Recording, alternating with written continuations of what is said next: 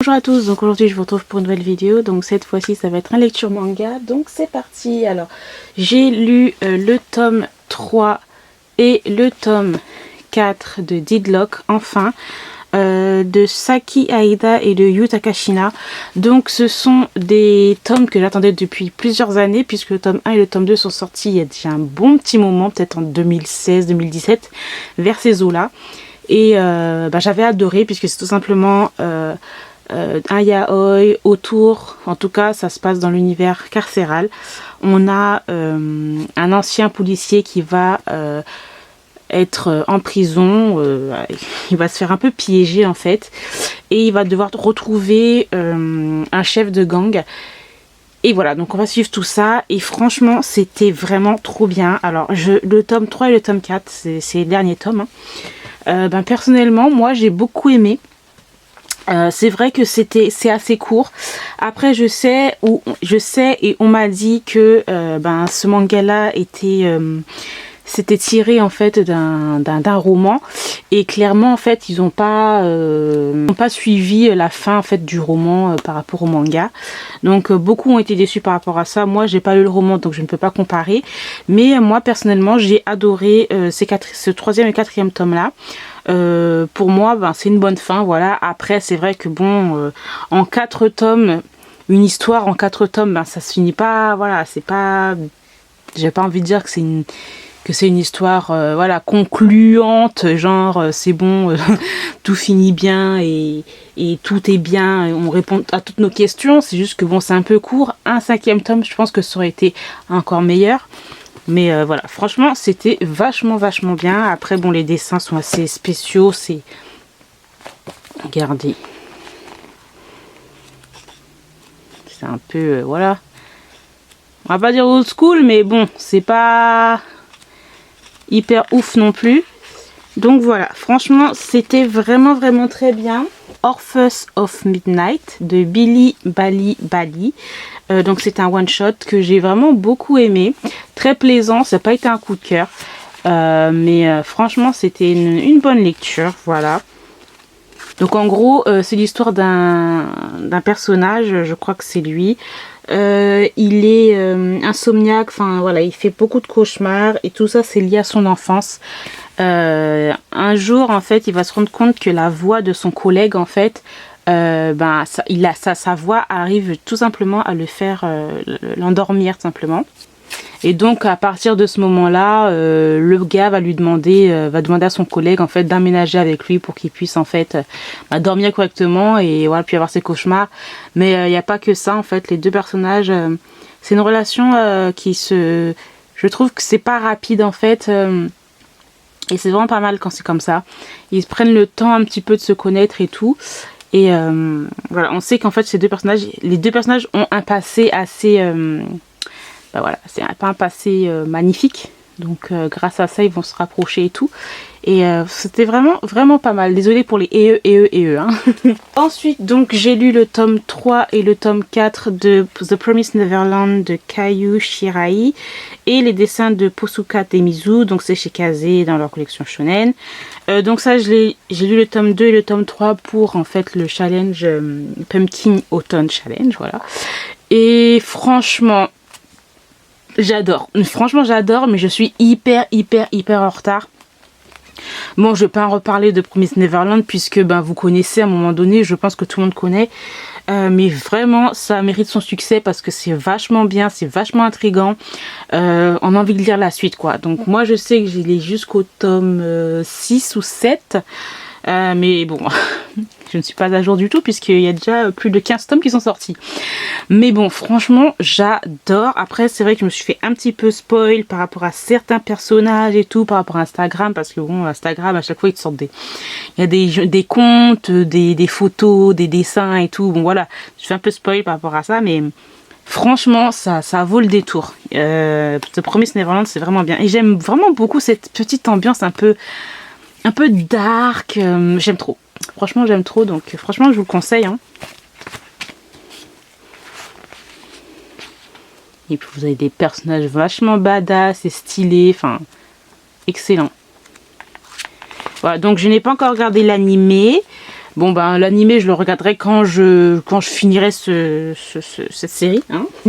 Donc j'ai lu Countdown Generic Romance de Jun Mayuzuki. Donc ça c'est toujours une mangaka que j'adore absolument.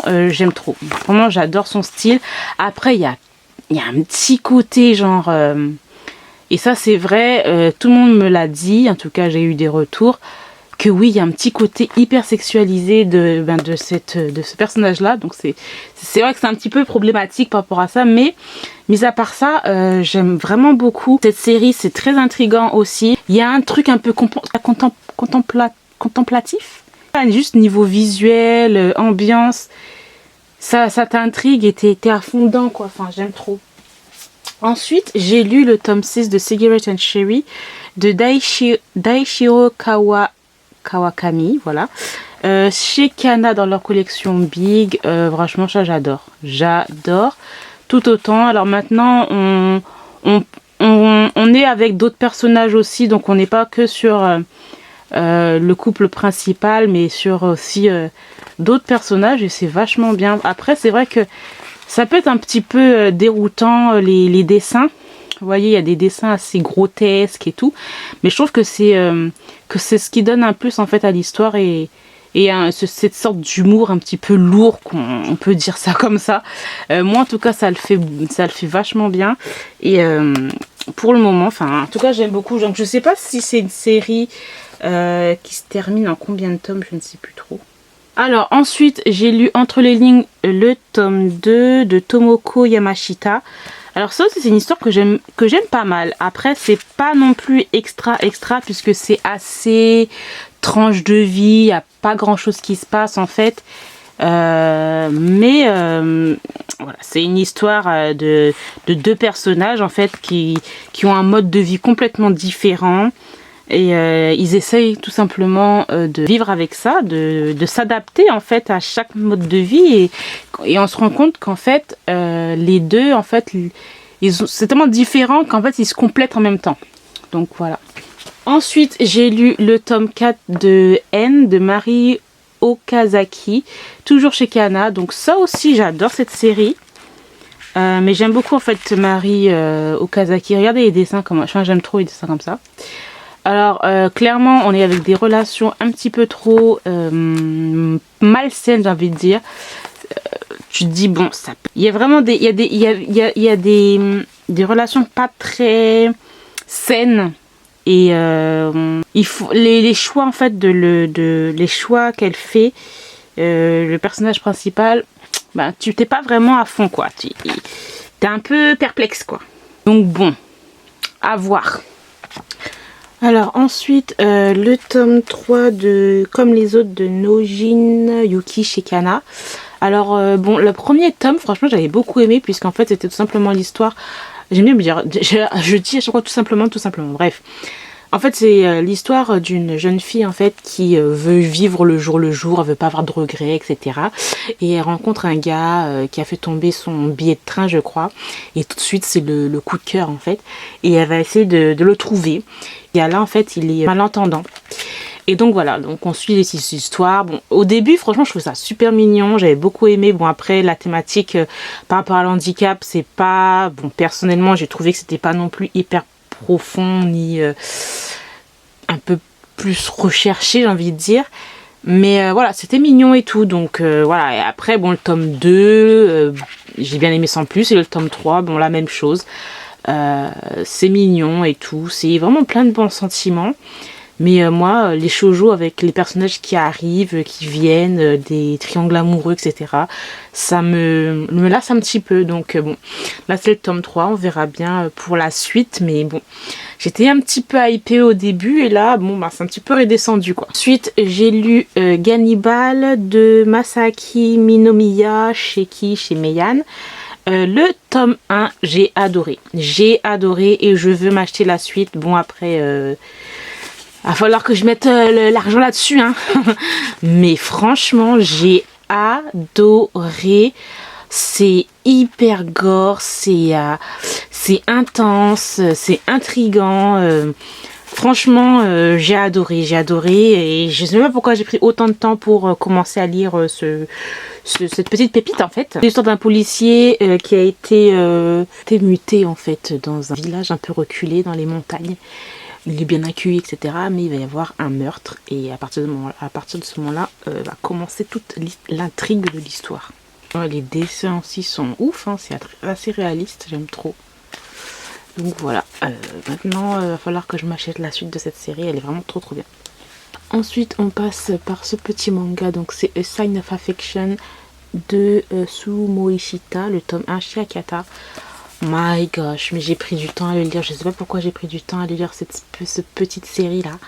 Elle est vachement bien, c'est doux, il n'y a que de la douceur qui se transmet dans ce... Je sais pas comment expliquer ça, mais juste les dessins en fait, ça c'est doux en fait, j'aime trop. Et en fait c'est l'histoire de cette jeune fille qui va rencontrer ce jeune homme tout à fait différent, mais non, je vous dis pas plus parce que bon bah en gros les thèmes sont surdité, communication et romance. Voilà, j'ai pas envie d'en dire plus parce que je sais que ça va spoiler et tout, mais trop bien. Franchement, j'ai hâte de lire la suite. J'espère que c'est pas une série non plus à longueur, hein. C'est pas une série hyper longue et tout, parce que voilà. Hein.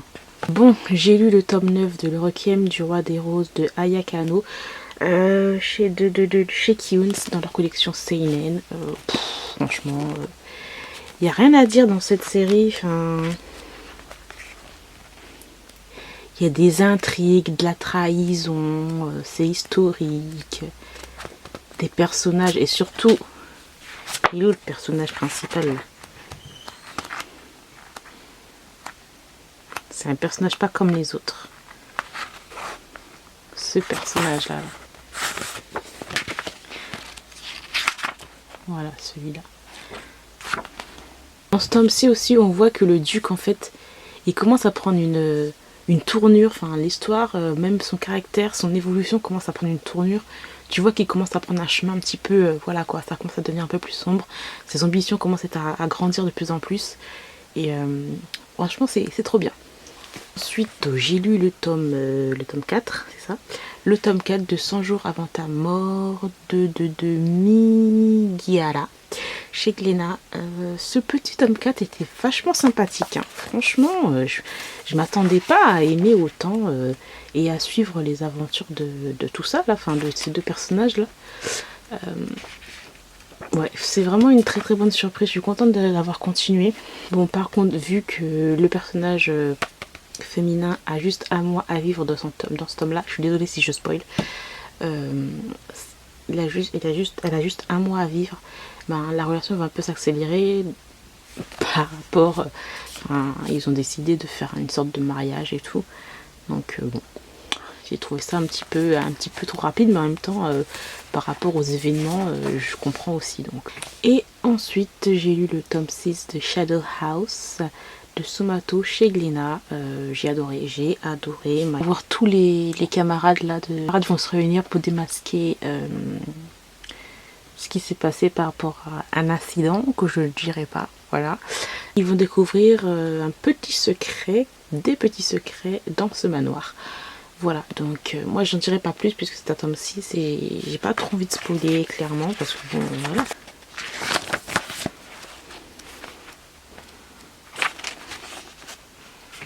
Mais franchement, cette ambiance un peu sombre, un peu victorienne, dark, vieux Londres, j'aime trop.